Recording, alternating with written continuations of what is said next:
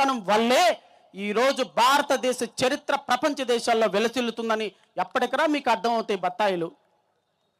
ఎప్పటికి అర్థమవుతాయి మీకు? ఎప్పటికి అర్థమవుతాయి మీకు?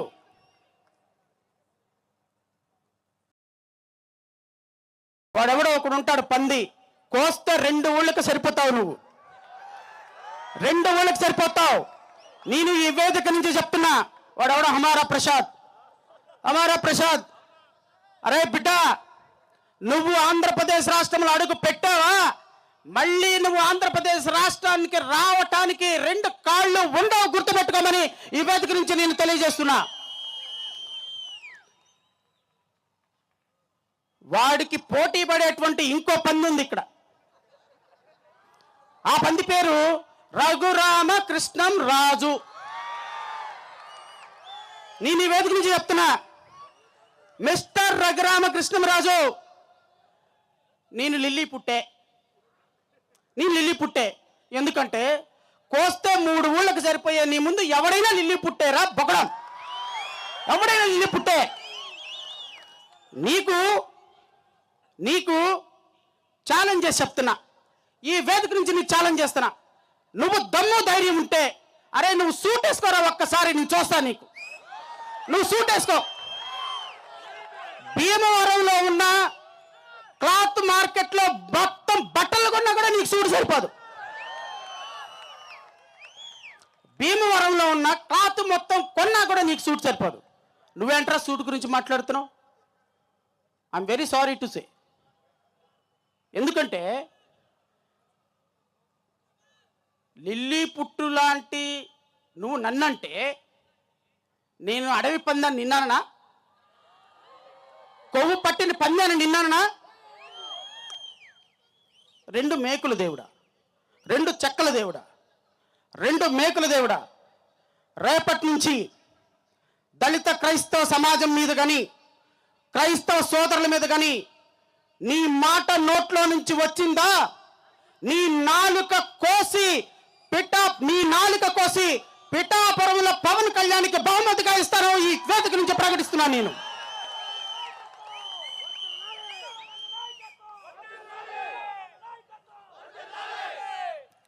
రఘురామకృష్ణరాజు, నీ దగ్గర 3,000 కోట్ల రూపాయలు బ్యాంకుల నుంచి దోచుకున్న డబ్బులున్నాయేమో, మా దగ్గర డాక్టర్ బిఆర్ అంబేద్కర్ దగ్గర నుంచి తెచ్చుకున్న ఆత్మాభిమానం అన్నికంటే 1,000 కోట్ల రూపాయలు ఉంది, గుర్తుపెట్టుకో. నీ దగ్గర అమ్మా బాబుల దగ్గర నుంచి తీసుకొచ్చుకున్న తోకలు ఉన్నాయేమో పేర్లు, మా దగ్గర తోకలు కాదు, టన్నుల ఆత్మ.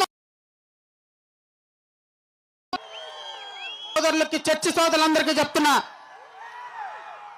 ఆకివీడు సోదరులందరికీ చెప్తున్నా, ఆంధ్రప్రదేశ్ రాష్ట్రంలో ఉన్న ప్రతి చర్చి నడిపే వాళ్ళకి చెప్తున్నా, రేపటి నుంచి మీ చర్చిల మీద మైకులు పెట్టుకోండి. పీకే వాడెవడో నేను చూస్తాను, వాడు ఎంతో చూద్దాం. ఏ చర్చిని కూలగొడతావో, కూలగొట్టిన చోటే నీ సమాధి కట్టే విధంగా నీ మీద రేపటి నుంచి పోరాటం మొదలు పెడుతున్నాం. నువ్వు ప్రార్థనాలయాల మీదకు వచ్చిన మరుక్షణం నువ్వు ఒక ఇటుకని కూలగొడితే నీ ఇంటిలో ఉన్న 1000 ఇటుకలు కూలగొట్టేటువంటి కార్యక్రమం ఈ రోజు ఏలూరు నుంచే మొదలవుతుంది. కాసుకో బిడ్డ. నీవు రఘురామకృష్ణరాజు చెప్తున్నా, ఈ సభ ఎవరి కోసం పెట్టారో వాళ్ళు చూడరు కానీ మొదటి నుంచి చివరి వరకు తిప్పి మళ్ళీ చూస్తావు రఘురామకృష్ణరాజు. నాకు తెలుసు నువ్వు ఈ వీడియో నీకే చెప్తున్నా, తిప్పి చూస్తాడు, నాకు తెలుసు ఆ సంగతి. 4 పెగ్గులు కాదు 40 పెగ్గులు వేసుకున్నా నీకు మత్తెక్కదు, నాకు తెలుసు ఈ రోజు నుంచి. రఘురామకృష్ణరాజుకు చెప్తున్నా, దళిత క్రైస్తవుల మీద యుద్ధం నువ్వు మొదలు పెట్టావు, ముగింపు నేనిస్తా నీకు. రఘురామకృష్ణరాజు చూసుకో. ఈ రోజు నుంచి ఆర్టికల్ 25 ప్రకారం ఏ వ్యక్తికైనా సరే మత స్వేచ్ఛ ఉంది. నువ్వు హిందువా, చర్చికి వెళ్తావా వెళ్ళు. నువ్వు క్రైస్తవుడువా, రాముడి దగ్గరికి వెళ్తావా వెళ్ళు. నువ్వు ముస్లింవా, క్రైస్తవుడిగా మారుతావా మారు. వెంకటేశ్వర స్వామి, నువ్వెవరివి? Who are you? నువ్వెవరివి? నా హక్కుల్ని హరించడానికి నీకేం హక్కు ఉంది? దళితుల్ని ఆకివీడులో ఎవరు లేరు కదా అని చొక్కా ప్యాంట్ వేసుకున్నటువంటి కుర్రవాడిని కూడా జైల్లో పెట్టించావు నువ్వు రఘురామకృష్ణంరాజు. నిన్ను పంచ ఇప్పి, నేను మళ్ళీ చెప్తున్నా, నిన్ను పంచ ఇప్పి రాజకీయంగా బట్టలిప్పదీసి ఆంధ్రప్రదేశ్ రాష్ట్రంలో నీకు నిలువ నీడ లేకుండా చేయకపోతే ఇక్కడ కూర్చున్నటువంటి దళితులే కాదనైతే నేను వేదిక నుంచి సెలవిస్తున్నా. నువ్వు నేను రఘురామకృష్ణంరాజునే కాదు, ఎవరికైనా సరే ఒకటే మాట చెప్తున్నా, కుల మతాలను ద్వేషించి కుల మతాల మధ్య చిచ్చులు పెట్టే వాళ్ళకి చెప్తున్నా, మరి ముఖ్యంగా రఘురామకృష్ణంరాజు నీకు చెప్తున్నా, ఈరోజు నువ్వు మొదలుపెట్టిన యుద్ధం నీ అంతానికి దారితీస్తుంది. ఆంధ్రప్రదేశ్ రాష్ట్రంలో నీకు ఏ రాజకీయ పార్టీ టికెట్ ఇచ్చినా ఆ రాజకీయ పార్టీని చెప్పి ఓడించటం ఈరోజు దళితుల మీద ఉన్నటువంటి మొట్టమొదటి కర్తవ్యం. నువ్వు ఏ నియోజకవర్గంలో కర్మగాలి, ఆ పార్టీ కర్మగాలి, నీకు ఏదైనా టికెట్ ఇస్తే ఇక్కడ కూర్చున్న ప్రతి ఒక్కళ్ళు నీ కాన్స్టిట్యున్సీకి వచ్చి నిన్ను ఓడించేటువంటి బాధ్యత పర్సనల్గా తీసుకుంటాం మేము.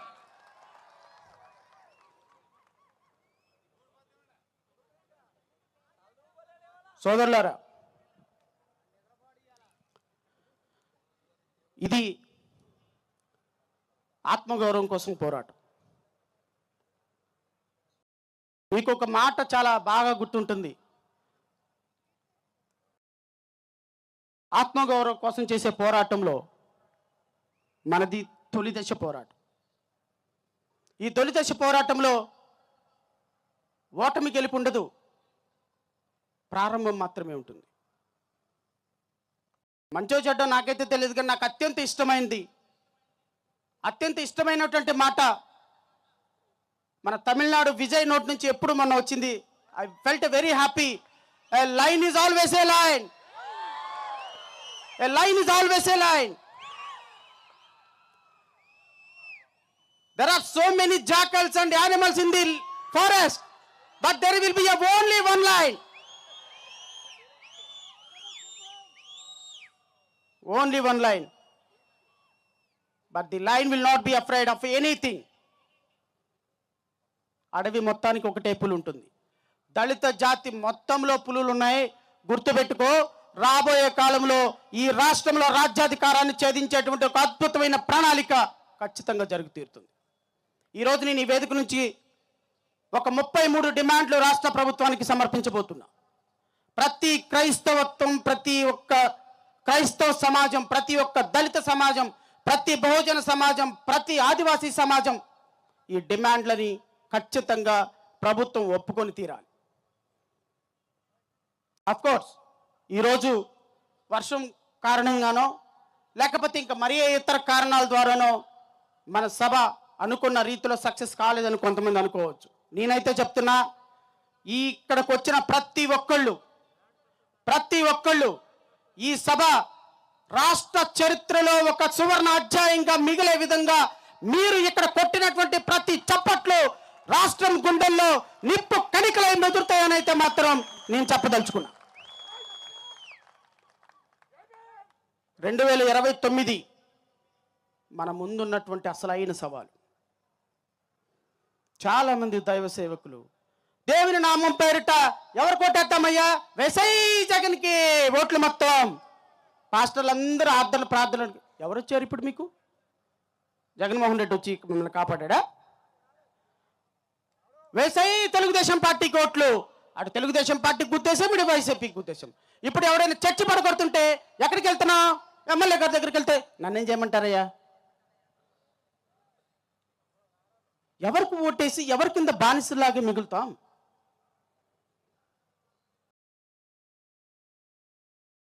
కోటి 10 లక్షల మంది జనాభా. రఘురామకృష్ణంరాజు సామాజిక వర్గం మ్యాక్సిమం 45 లక్షలు ఉంటుంది. దళితుల ఓట్లు నాకు అవసరం లేదు బా. క్రైస్తవుల ఓట్లు నాకు అవసరం లేదు పా అని ఒక వ్యక్తి అన్నాడు అంటే నీవు బతికున్న శవంతో సమానం అని అయితే నేను ఈ వేదిక నుంచి చెప్పదలుచుకున్నా. ఇంకా నువ్వు మేల్కొనకపోతే, ఇంకా నువ్వు దేవుని నామం పేరిట ఒక పార్టీకి ఓట్లే ఇస్తే, ఇంకా నువ్వు నీ అస్తిత్వాన్ని, నీ జీవాన్ని, నీ సజీవాన్ని ప్రశ్నిస్తూ బతికున్న శవంగా నేను వర్ణిస్తున్నటువంటి ఒక వ్యక్తి కోసమో ఒక పార్టీ కోసమో నువ్వు ఇంకా నిలబడితే నువ్వు, నేను, మన భావితరాలు తిరిగి తీసుకురాలేని నష్టాన్ని కొని తెచ్చుకున్నట్టే అని మీరందరూ భావించారు. 2029 నేను మీకు మాటిస్తున్నా, ప్రతి క్రైస్తవుడికి మాటిస్తున్నా, ఈ రోజు నుంచి మాటిస్తున్నా, ప్రతి ఆదివాసీకి మాటిస్తున్నా, ప్రతి దళిత బహుజన కులాలకి మాటిస్తున్నా. ఈ రోజు నుంచి ఆంధ్రప్రదేశ్ రాష్ట్రంలో దళిత కుటుంబానికి కావచ్చు, దళితులకు కావచ్చు, క్రైస్తవులకు కావచ్చు, ఆదివాసీలకు కావచ్చు, కష్టం అంటే ఫస్ట్ వచ్చేటువంటి అన్నా కష్టం అంటే జడా శ్రావణ్ కుమార్ మీ కష్టాన్ని తీసుకోవడానికి ముందుకు వచ్చాడు. మీ కష్టం కోసం, మీ కన్నీళ్ళ కోసం, మీరు కష్టంలో ఉంటే ప్రాణాలకి తెగించైనా మీ ముందు నుంచొని మీ కష్టాన్ని నా కష్టంగా భావిస్తాను అని మీ అందరికీ కూడా మాటిస్తున్నా. 2029 సంవత్సరంలో నాకు కోట్ల మంది వద్దండి, ఒక్క 10 లక్షల మంది జడా శ్రావణ్ కుమార్ని నమ్మండి చాలు. అన్నా 10 లక్షల మంది నీవు అనుకున్నావన్న ఒక్క మాట అనండి చాలు. 1,10,00,000 మంది ఉన్నాం. 10 లక్షల మంది నా వైపు ఉంటే రాజకీయం ఎలా ఉంటుందో మీకు చూపిస్తా 2029లో. 6% ఉన్న పవన్ కళ్యాణ్ పిఠాపురం తాలూకా అయితే 10% ఉన్నటువంటి శ్రవణ్ కుమార్ తాలూకాని మీరు ఎప్పుడు చెప్పుకుంటారండి? ఈ రాష్ట్రంలో ఎప్పుడు చెప్పుకుంటారు? ఎప్పుడు చెప్పుకుంటారు? రాష్ట్రంలో 1,10,00,000 మంది దళిత బహుజనులు శ్రవణ్ కుమార్ తాలూకా అని చెప్పుకునే రోజు ఒక రోజు రావాలి. ఆ రోజు మాత్రమే మన సమస్యలు తీరుతాయి. గ్యారంటీ ఏంటి? చరిత్ర, నా చరిత్ర తిరగవేయండి. 8 సంవత్సరాల నుంచి ఈ రాష్ట్రంలో డాక్టర్ సుధాకర్ని అక్రమంగా చంపేసినప్పుడు సిబిఐ ఎంక్వైరీ వేసిన మొట్టమొదటి ఘన చరిత్ర జడా శ్రావణ్ కుమార్ది ఈ రాష్ట్రంలో. కిరణ్ కుమార్ చనిపోతే ఇంటికి పరిగెత్తి కరోనాలో ఇంట్లో నుంచి బయటకు రాని పరిస్థితుల్లో కిరణ్ కుమార్ దగ్గరికి వెళ్ళి కిరణ్ కుమార్ యొక్క కేసుని సిబిఐకి అప్పగించాలని కేసు వేసినటువంటి జడా శ్రావణ్ కుమార్. వాట్ నాట్ శిరోమండనం వరప్రసాద్ కేసులో నుంచి, డ్రైవర్ సుబ్రహ్మణ్యం కేసులో నుంచి ఈ రాష్ట్రంలో నేను చెయ్యని పోరాటం లేదు, మాట్లాడని మాట లేదు, రిప్రజెంట్ చేయని ఇష్యూ లేదు. దళితుల కోసం, ఆదివాసీల కోసం, బహుజనుల కోసం, ఆఖరికి అబ్దుల్ సలాం కుటుంబం చనిపోతే ఆ కుటుంబాని కోసం కూడా పోరాటం చేసిన ఏకైక వ్యక్తిని ఆంధ్రప్రదేశ్ రాష్ట్రంలో నేను. నా చరిత్ర మీకు చెప్తున్నా, నా చరిత్రను ఒకసారి పరిశీలించండి. భావి తరాలకి నాయకత్వం వహించేటువంటి అవకాశం నాకు ఇవ్వండి. ఎంతకాలం అసెంబ్లీకి వెళ్తే, సెక్రటేరియట్కి వెళ్తే పాస్ రాలేదు అని వస్తారు. కారు బోర్డు మీద జడా శ్రావణ్ కుమార్ తాలూకా అంటే అసెంబ్లీలోకి, సెక్రటేరియట్లోకి నేరుగా కారు పోయే విధంగా మీకు ఏర్పాటు చేసేటువంటి ఒక వ్యవస్థను మనం ఏర్పాటు చేసుకోవాలి.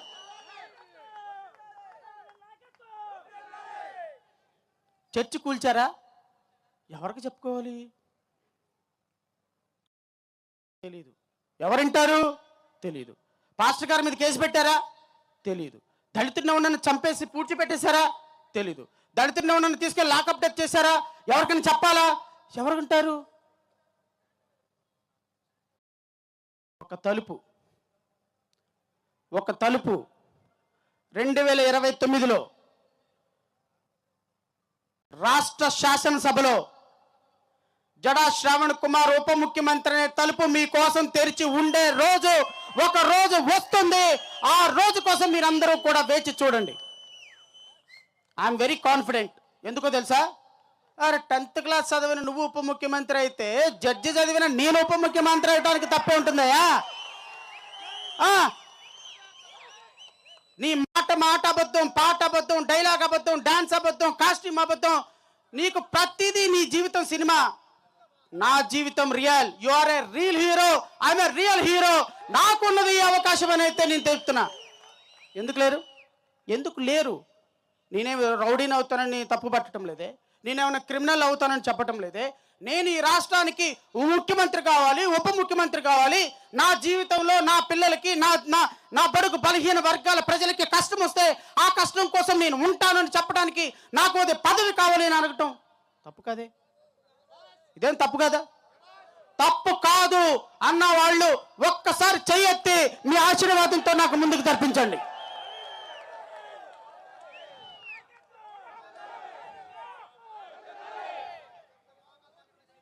ఎందుకంటే మన సంకల్పం గొప్పదైతే పంచభూతాలు మనకు సహకరిస్తాయి. ఈరోజు మన సంకల్పం గొప్పది. ఈరోజు ఇక్కడ పెట్టినటువంటి వేదిక సంకల్పం గొప్పది. ఇక్కడ మనం కూర్చున్నటువంటి విధానం సంకల్పం గొప్పది. కాబట్టి పంచభూతాలు మనకు సహకరించి వర్షాన్ని కూడా ఈ సమయం అంతవరకు, ఇందాక నుంచి గంట నుంచి బెనర్జీ గారు నా చెవులో జోరేగలాగా తింటున్నాడు. అన్న 8:30కి వర్షం చూపిస్తుంది, 8:30కి వర్షం చూపిస్తుంది. నేను చెప్పిన నా స్పీచ్ అయ్యేంత వరకు వర్షం పడదు, కంగారు పడకు నువ్వు అని. పడదు. కానీ ఇంకా అంకితభావం కావాలి, ఇంకా అంకితభావం కావాలి. సరిపోదు.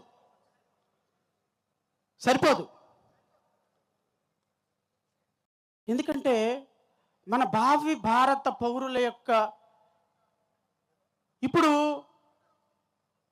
మీ నాన్న ఎమ్మెల్యే దగ్గరే, నువ్వు ఎమ్మెల్యే దగ్గరే, వాళ్ళు వీళ్ళు దగ్గరికి వెళ్ళి రికమెండేషన్ చేసుకోవటం, ఇది నా ప్రభుత్వం, ఇది నా వ్యవస్థ, మా తాలూకా వ్యవస్థ అని చెప్పుకునే రోజు 80 సంవత్సరాలకు కూడా రాకపోతే,